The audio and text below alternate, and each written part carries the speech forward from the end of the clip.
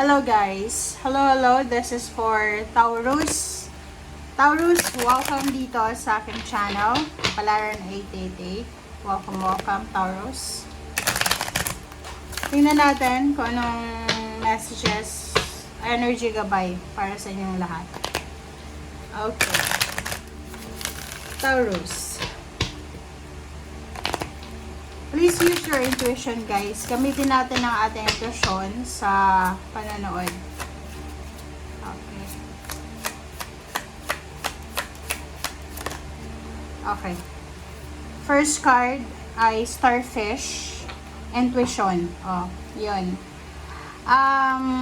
Sinasabi ng baraha sa'yo, Taurus, na importante na makinig ka sa mga ibinubulong sa'yo ng iyong intuition. Okay? Makinig ka sa kung ano yung katotohanan. Huwag masyadong mag-overthink. Okay? Huwag masyadong gamitin, ubusin yung oras sa pag-overthink. Mas ramdamin mo daw, Taurus, kung ano yung nangyayari sa paligid mo. Kumbaga, kailangan mo sa ngayon na gamitin kung ano ang sinasabi ng iyong puso. Okay? Okay, yan yung first card mo.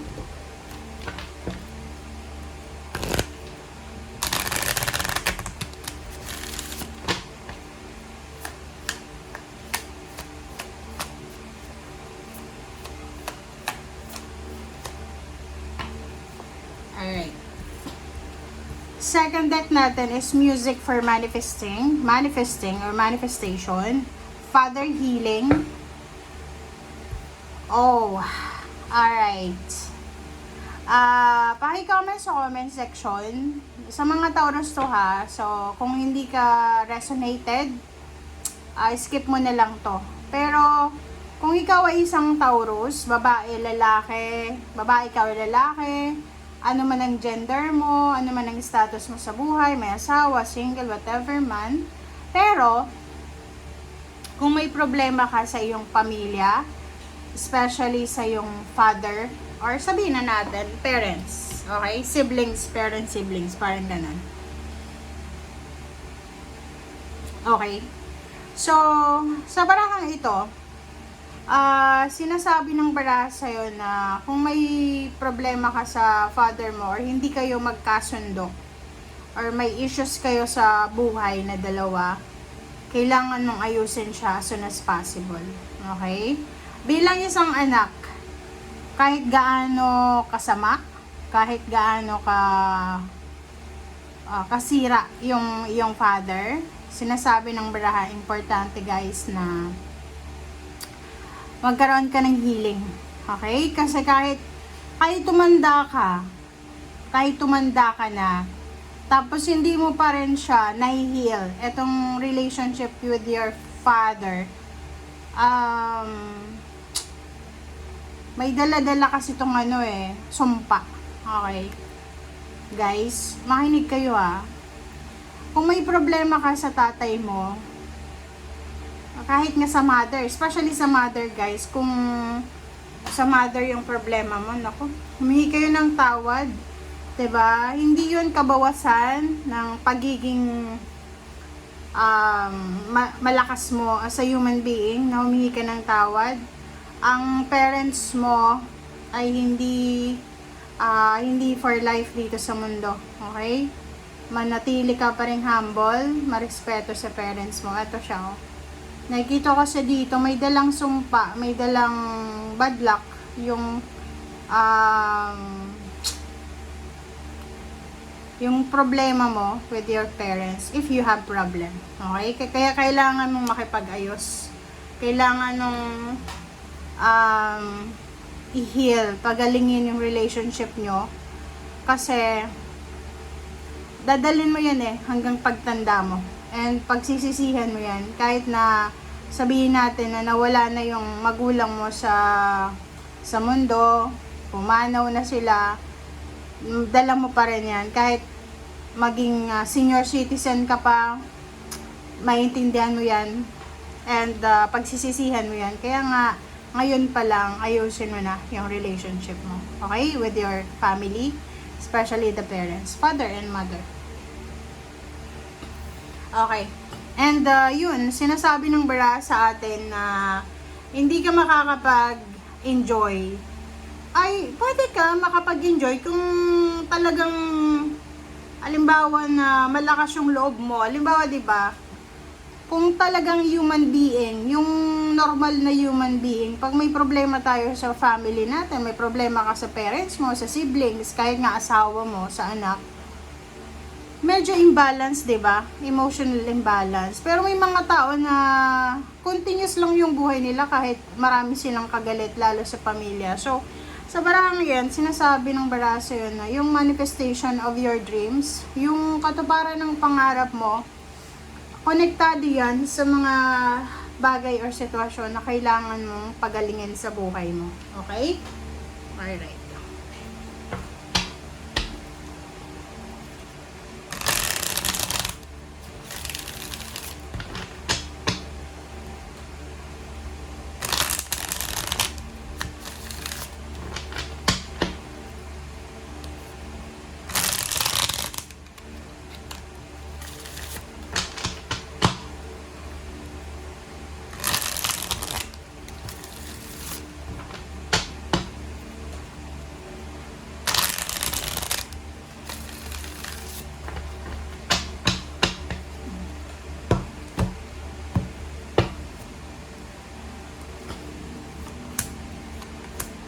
Okay, this is emotions. 3 of water and 5 of water. Oh. 'Di ba? Sabi ko sa'yo marami ka sanang isi-celebrate. Together with your family, friends, with the community. Kumbaga, because of pride. Dahil sa pride to Hindi ko alam kung anong nangyayari sa buhay mo sa ngayon, Taurus. Pero, marami kang namimiss na okasyon sa family occasion. Marami kang namimiss na selebrasyon na pwede mong panghinayangan yan. Okay? Pwede mong panghinayangan. Pwedeng magbigay sa'yo ng sama ng loob sa mga susunod na panahon. So habang maaga pa, patawarin mo yung sarili mo, patawarin mo yung taong nagkasala sa'yo. And let go, let God, let it flow. Kasi sa barang to, talagang yung sama ng loob mo, yung grudges and resentment, yung suklam mo sa ibang tao, apektado niya yung blessings mo. Yung parang binablock niya ba? Okay? Parang hindi nakakapasok yung biyaya sa buhay mo. It's because of kung anong laman ng puso mo. Marami kang iniisip na negatibo, basta marami kang kasuklam na nararamdaman, lalo sa pamilya mo. Okay. Dito naman sa relationship mo, kung single ka ngayon, single na Taurus, in a relationship ka, like may boyfriend, girlfriend kayo, may ka-live-in. Okay, so yung mga Taurus dito, na like single ka, in a relationship ka, may ka-live-in, sabi ng bara sa'yo dito, kung sino man yan nakasama mo sa ngayon, para sa mga below 30 years old guys, okay? Kung nasa 30 years old above ka na, wag mo nang i-claim ito na para sa'yo. So, below 30 years old, kung single ka, may ka-live-in partner, may boyfriend, girlfriend, yung karelasyon mo ngayon, hindi siya ang magiging asawa mo. May darating sa'yo. And mahahanap mo yan sa malayong lugar. Pwedeng ibang lahi, pwedeng Pinoy, na magkita kayo sa ibang bansa or sa ibang lugar. So, kahit sabihin natin na 8 years na kayong magka-live-in, 8 years na kayong magkarelasyon, boyfriend, girlfriend, hindi siya yung makakatuluyan mo. Okay? Sa malayong lugar ka, makakapag-asawa, magkakaroon ng karelasyon. And ikakasal ka din. Okay? Ikakasal ka din. Pwedeng ikasal ka sa malayong lugar. Okay? Makikita mo dito. And sa usaping trabaho din, sinasabi ng barahan na pwedeng makatagpo ka ng relationship sa malayong lugar, yun nga, international or nasa local, pero malayo sa kung saan ka lumaki or isinilang. And pwedeng doon ka makakapagpundar ng sasakyan, makakapatayo ng bahay, makukuha yung promotion, yung victory in success. And good karma is coming for you sa mga susunod na taon. Kasama itong talagang mapapangasawa mo. Okay?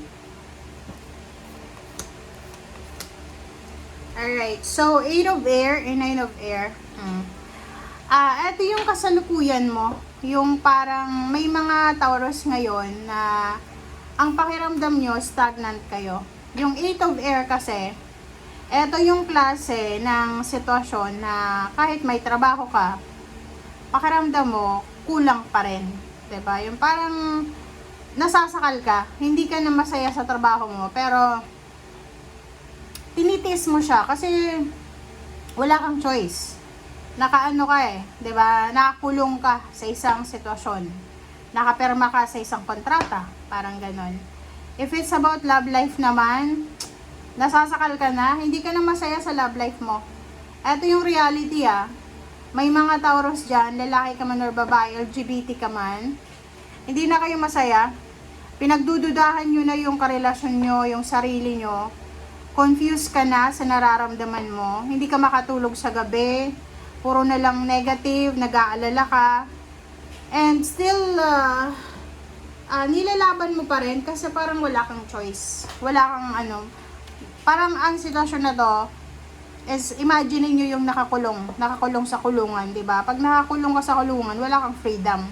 Susunod ka lang sa kung ano yung rules and regulations sa loob. So parang ikaw, di ganun din. Sa loob ng trabaho, feeling mo, nakakulong ka. Sa loob ng relationship, nakakulong ka. So, parang wala kang freedom. Okay? Okay, Knight of Earth and Queen of Earth. Wow! Ito yung para sa future mo, guys.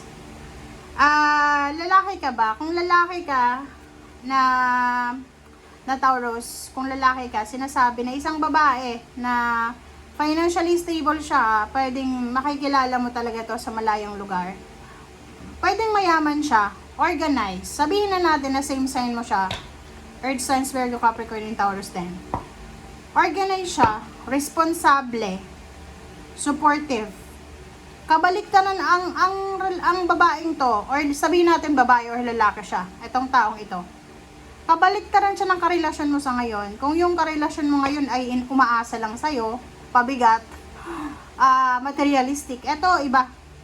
Etong taong ito na makikilala mo, sa usaping pera, magaling siya maghawak ng pera. Kaya nga organized siya eh, 'di ba? Siya yung klase ng tao na matipid, magaling humawak ng pera, responsable, hindi siya tamad, hindi siya aasa sa iyo. Hindi siya aasa sa iyo. Hindi siya aasa na ikaw lang yung magtatrabaho. Pareho kayong magtatrabaho, mag-iipon, parang ganun. So, suportahan ka niya sa kung ano man na gusto mo sa buhay. Okay? Hindi siya yung tao na parang ikukulong ka sa isang obligasyon or relationship. And because sa kanya, at dahil sa kanya, financially, magkakaroon ka ng sobra-sobra. Okay? Sobra-sobra yan eh. Kasi, siya eh, magiging partner mo siya sa pag-unlad sa buhay mo. Tutulungan ka nga niya eh, susuportahan ka niya. So, dito sa barahang to, kung sino man yan, na taong yan na papasok sa buhay mo, ihanda mo yung sarili mo. Okay? Sabi ng baraha sa'yo dito, kung ano man daw na hinihintayin mo na kung kailan dumating yung katuparan ng iyong mga pangarap, darating siya. And ang taong yan, 'di ba? Ang taong yan yung makakatulong talaga sa'yo. Okay? Para mapabuti yung takbo ng buhay mo. Alright? Okay, thank you for watching. Ito ay para sa lahat ng mga Taurus. Bye!